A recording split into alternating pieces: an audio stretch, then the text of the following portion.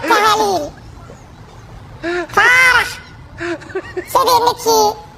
سعوديان كهاي ملعيشي بلعيشي هذا أيو زرزال جمال زغوشي بالدورة بالدرة إقران تهاليل waxaan kaloo ku eedaysan yahay xildhibaan cabdiraxmaan cabdi shakuur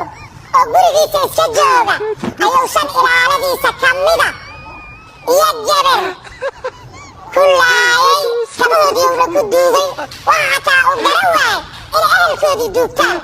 annagu waxaana odayaasha shacabkan xamar dhibaatadii ka dhacday waa la og yahay ex control waxaa ku dhimata